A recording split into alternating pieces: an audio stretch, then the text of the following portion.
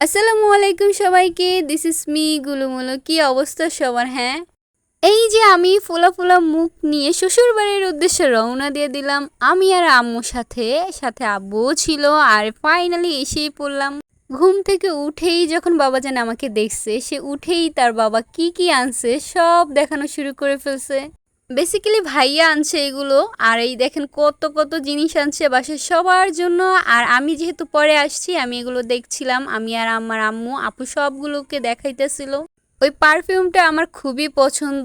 এটা আমার জন্য ভাইয়া স্পেশালি নিয়ে আসছে। হিহি, থ্যাংক ইউ ভাইয়া।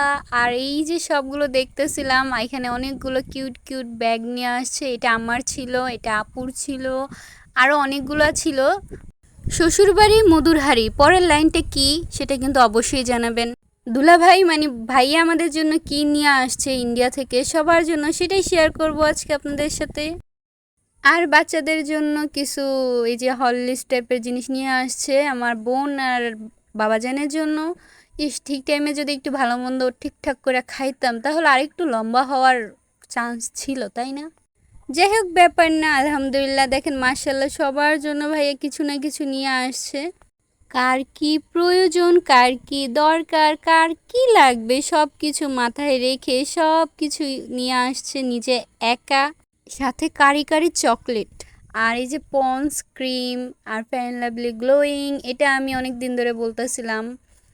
আর এখানে বডি ওয়াশ, আর ওই যে পিচ্ছি একটা পারফিউম। আর এই যে ওয়াও, আমার জন্য একটা ওয়াও ফেস ওয়াশ নিয়ে আসছে। গার্নিয়ার, যেহেতু মুখ এত তেল তেল করে, গার্নিয়ার না দিলে হয়ই না। এইখানে আমার বাবাজান আমাকে দেখানোর জন্য একদম বেতাল হয়ে পড়ছে। মানে এটা দেখো ওইটা দেখো, সে এক এক করে আমার হাতে দিতেছিল আর আমি এগুলোকে দেখাইতেছিলাম।